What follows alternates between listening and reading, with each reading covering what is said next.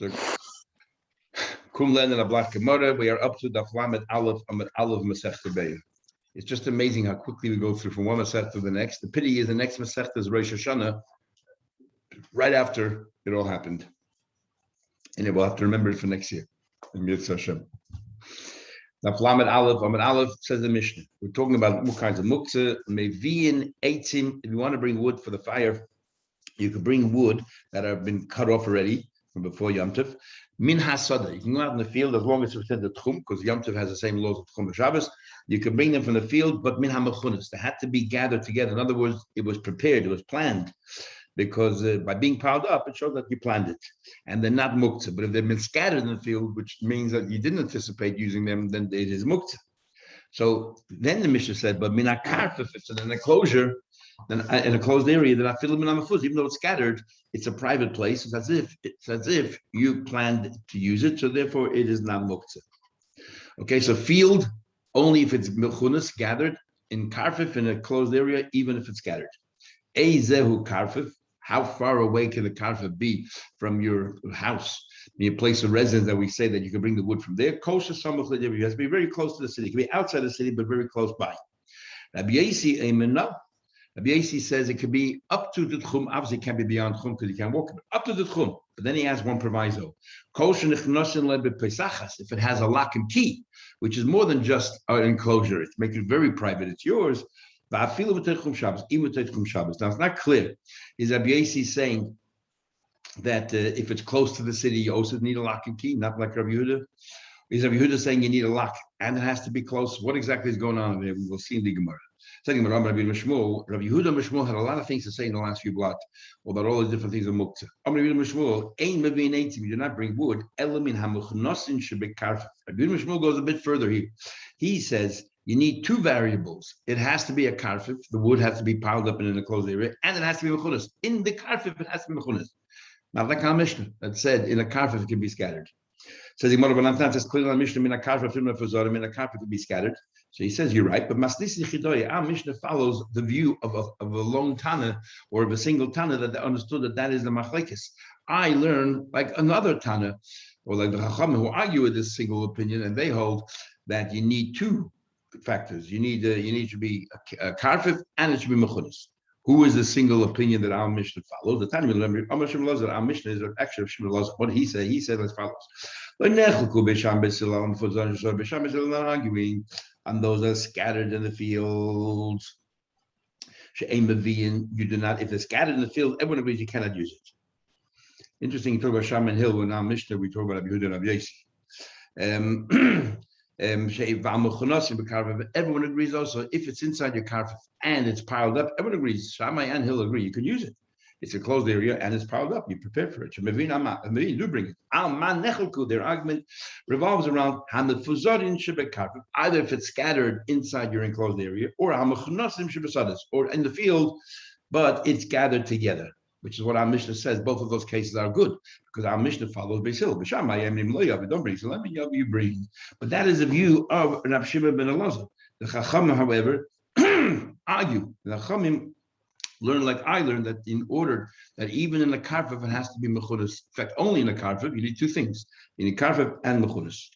Amar says, what about alei kani rolling fun? We have leaves from reeds or reeds from vines because they're very light and they blow away easily. Even though even if you gather them together, most of this thing they piled up, if a wind comes in, it scatters them around, is as if in your mind you never really thought that you're going to come back there in Yom Tov and find everything there. It's as if you'd never planned really to use it. It's as if it is scattered, and therefore you're not allowed to use them on Yom Tov. But if you place a heavy object on these on these twigs to make sure they don't blow away, clearly you demonstrated with a mice that you want to use it. You shop it them and then you can use it on Yom Tov. So now Mishnah, we had an argument of Rabbi Yehuda says it has to be, or Rabbi Yehuda says it has to be close to the city. Doesn't mention a word about a lock. Rabbi Yosi comes along and has to have a lock and key, and then it can be far away. So it's not clear exactly what Rabbi Yehuda is saying, what Rabbi Yosi is saying. So you want to have two ways of learning. How do we understand this argument?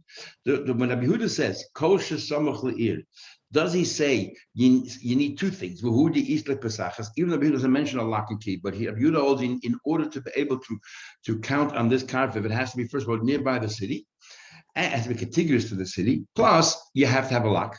So Yehuda needs two things, and comes along the way he says one is enough. Afilu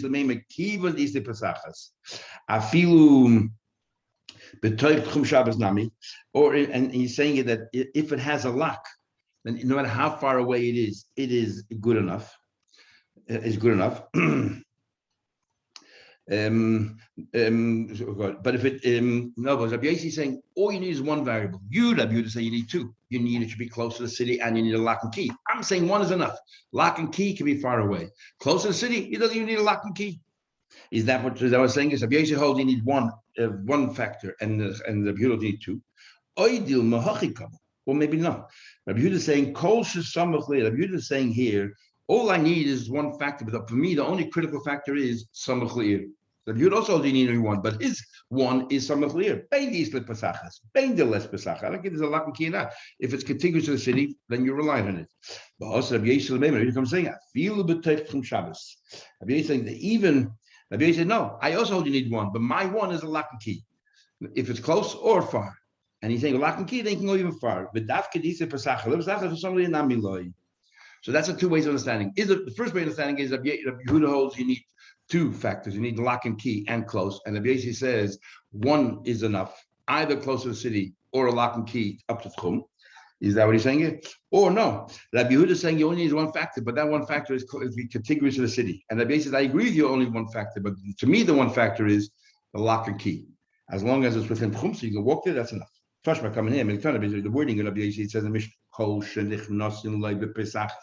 if you have a key, and if you can tell me the pshat is that you only need one factor, the lock and key, and I don't care far or close, then what do you mean afilu b'teichum Shabbos? What do you mean even Shabbos? Just say that all you need is a lock and key. Why talk about distance? Shmam Rabbi Yossi tarti l'kulukam. Rabbi Yossi is actually being lenient. He's saying either if it's far away, lock and key. Close, you don't need a lock and key. Shmam no. We are being lenient. Taking it further, you should not chop down wood. Now that we're saying wood that you're allowed to use, don't chop it down. If you have these beams piled up that you're going to use for buildings, or they're like a muktzah machras or keys, you should not use those beams. If a beam broke, split in the middle of Yom Tov, so prior to Yom Tov, you had no idea you're going to use it.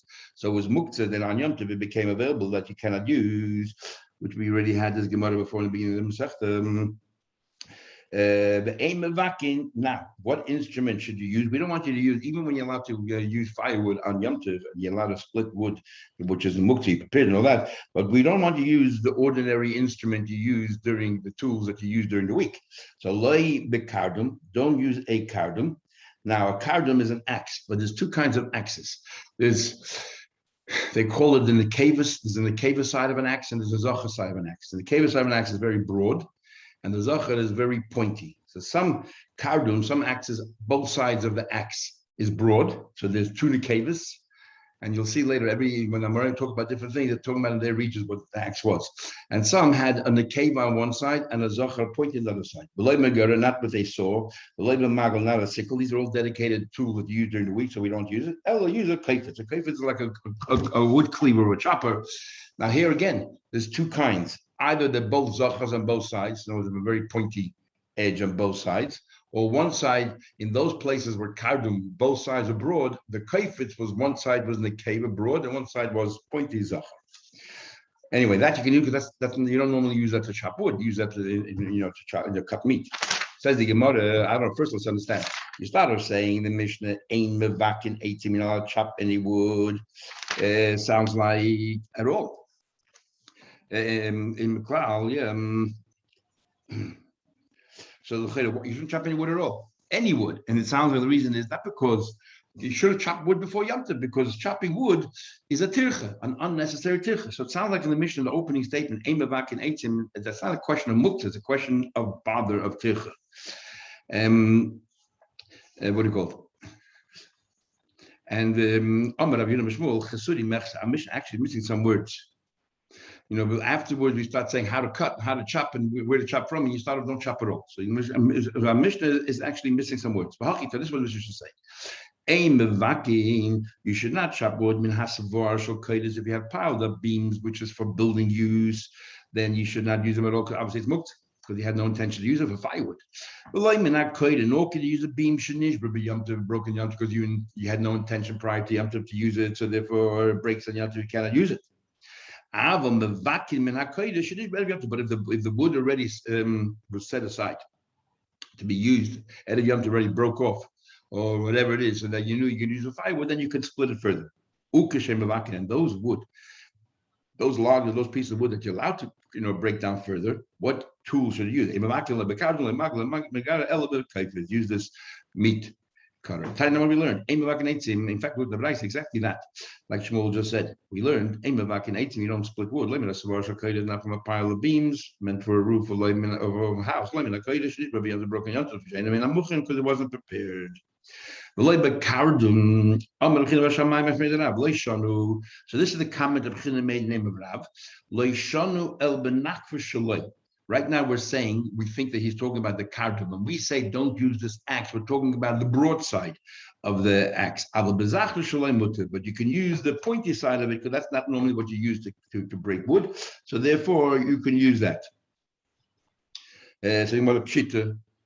Obviously, but kaifet's not. It says in the mission you're allowed to use a kaifet's the meat, and the butchers they use an instrument that has the zachrus, and you said you're allowed to. So obviously on the axe also, when we say don't use a cardum, we meant don't use the normal side, the broadside, the nekeva side. So no, there is a chiddush involved. You're allowed to use it. I would have thought I would have thought honey really kaifet's l'chudim. I would have thought it's only kaifet's. Avol kardum and kaifet, when it comes to a kardum and a kaifet, let's say, I would have thought that maybe the entire tool of the kardum shouldn't be used because one side of it is forbidden, maybe you shouldn't use any of it. Kamashwan, you could. That's the chiddush. You could use a kardum, but there's the zacha side. Others learn on the sefer. It says, Ella b'kaifet, allowed to use a kaifet. Comes along the name of Rav. He comes along the name of Rav and says the following. What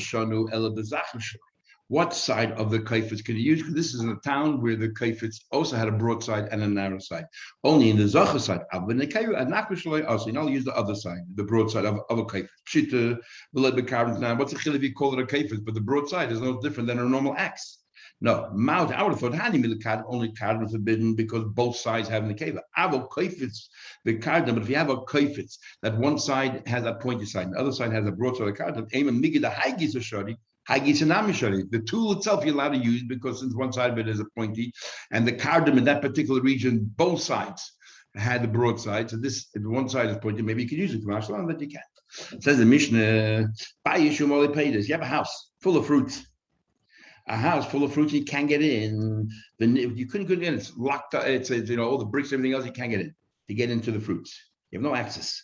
But the nivchis are opened up on its own.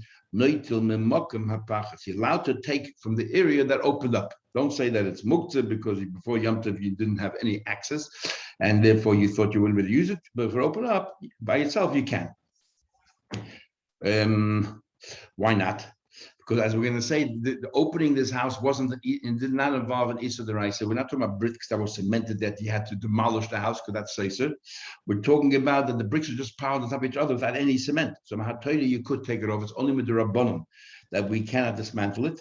And Rashi holds, and some of the Shainim argues with Rashi holds that something which is only Osam with the Rabbanim, we don't say Muktzah Machmas Issa, that since the beginning of Shabbos you couldn't do it, you can't do the rest of Shabbos. You had before, about Stiris yesterday, about Stiris oil breaking down the sukkah. Over there, Mahatayla, you couldn't demolish it. So we say, Miga, since you couldn't do it, Ben Hashmosh is also Shabbos, and so on. But not when it comes to only something else with Rabbanim. Taisus totally disagrees. He holds that even Yisur and Rabbanim, we say that if it was Asa Ben Hashmosh, it is Asa the whole Shabbos. Okay, Meir says, not only b'di'evet, if it opened up on its own, can you have access to the fruits, but you're allowed to break through the house to take out your fruits.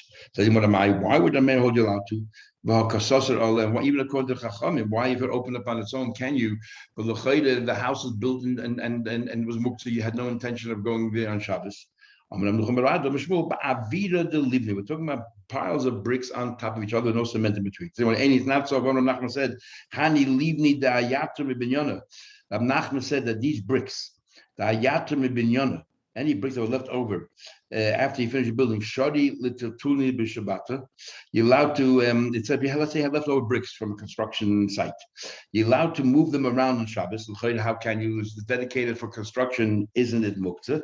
So he says no, because now that you finish the construction site, these are left over. They're no longer there for construction. So what are you going to plan to do with them? You plan to sit there. You use them as a seat. If the chazal mizgala, you allow to sit, you plan to sit on them so they become a keli, and therefore it's a klishim lachal Sharginu, but if you pile these bricks one on top of the other, what are you showing us? That you plan to use it, intend to use it for another house or some extension or something. Then Vadak, you set it aside, now use it.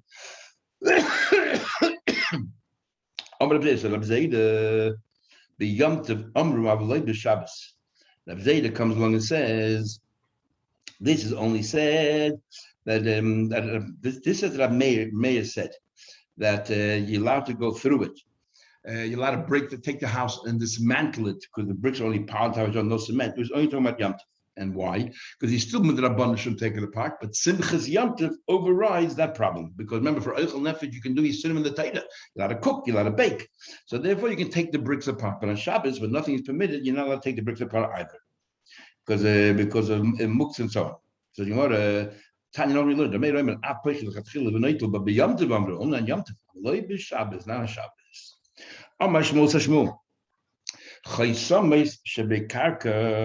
If you have let's say a door to a underground cellar or something, or a cave, and they're tied down with rope. The door is tied to rope. Something that seals in the ground, attached to the ground. Mati, you're allowed to untie the rope. Why? Because it's not a permanent, it was never a permanent knot because you intend to use the cellar all the time. It's meant to be open and close, open and close. So you're allowed to untie the rope. You're not allowed to unravel the rope. Nor can you cut the rope and destroy the rope. Because since it's a part of the karka, and we know there's binyan in the karka and there's tira. And if you cut through the rope, you broke. You broke a keli. However, shebekalim, if let's say you have a portable box that you have a door to that's tied down, that rope, mata, you can untie the rope, umavki, you can unravel it, you can also tear it through. Why? Because it's a keli, and we have a rule. There's no stira, ain't binyan v'stira b'kelim. There's no building and destruction by kelim. Echad Shabbos, I don't care, even Shabbos v'echad Yom Tov. Okay, that Shmuel's did. Comes when Meisel asks a question, it says, it says in the following, it says that Chaysama is in the ground, b'Shabbos, Mati, you can untie it, Avalemavki, you cannot unravel it, he cannot cut through. But on Yom Tov, Mati, on Yom Tov is clearly, you're allowed to untie it, Umavki, you're allowed to even unravel it, the Chaytin cut through. You, Shmuel, said that if it's in Karka, makes no difference, Shabbos or Yom Tov, that you cannot cut through it, you cannot unravel it. Here it says clearly makes a distinction between Shabbos and Yom Tov. Shabbos you can't, but Yom Tov you can. Who's that? Says the Gemara, Hamani Ramedi. No, the author is Rameh from our Mishnah, who says clearly that on Yom Tov you can go through, you can take apart the house to get to the fruits. So the same thing over here. Rameh is the one who makes a distinction between Shabbos and Yom Tov. Hamani Ramedi, Af Peich is lechatchila v'noiti. You can open up and take. Says the Gemara, Pli Rabbanah, and the Rabbanan argue on Rameh. And I am the one who hold like the Rabbanan. Now what? That there's no difference Shabbos and Yom Tov, and you're not allowed to cut through, unravel the rope on Yom Tov. You're not allowed to be baina or sais, even though it's Simchas Yom Tov. Says the Gemara, okay. You want to tell me that they're arguing. So just like in our Mishnah, the Rabban argued about taking apart the house. They also argue with him regarding unraveling the rope that it ties the door down to the ground. That's what you're concluding. But Tanya will clearly in the Braisa, even though Chacham disagree with Meir regarding the house, but they concede when it comes to these doors with tied down with rope to the ground. Shabbos mata, you're allowed to untie it. You're not allowed to unravel or cut, which is fine. But Yom Tov, they hold matter. They say Yom Tov be agreed to Meir. In this case, you could, because of Simchas Yom Tov, you want to get access to whatever's in your cellar, your good wines, that you're allowed to unravel the rope and you're allowed to cut through the rope because Simchas Yom Tov overrides that. Says the Gemara, you're right. That's what it says in that brisa. But Shmuel, who the Amar ki Haitana, Shmuel holds like another brisa. And what does it say in that other brisa? And Shmuel holds like this other brisa that makes no distinction between Shabbos and Yom Tov. You on Yom Tov, according to Chachamim, you're not allowed to unravel that rope and break it down. The time you learn Chesama Shebekarka, these doors are tied down by rope and if it touches the ground, Mati, you're allowed to untie it, you're not allowed to unravel, you're not allowed to do. Echad Shabbos, the Echad Yom Tov, no different Shabbos than Yom Tov.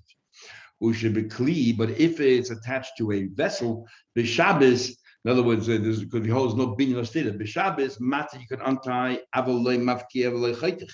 This particular brisa holds that on Shabbos when a keli you should not unravel or cut through, not like Shmuel said before about kelim you always when no different Shabbos you're allowed to. We're going to ask in a minute because it contradicts what he said about Shabbos. Or the Yom Tov matir umafkiya v'chaytich. So the Gemara to Latzer Reisha you answered the Reisha regarding karka. Okay, now Shmuel holds like this brisa. El seifa kasha, but the seifa is a problem.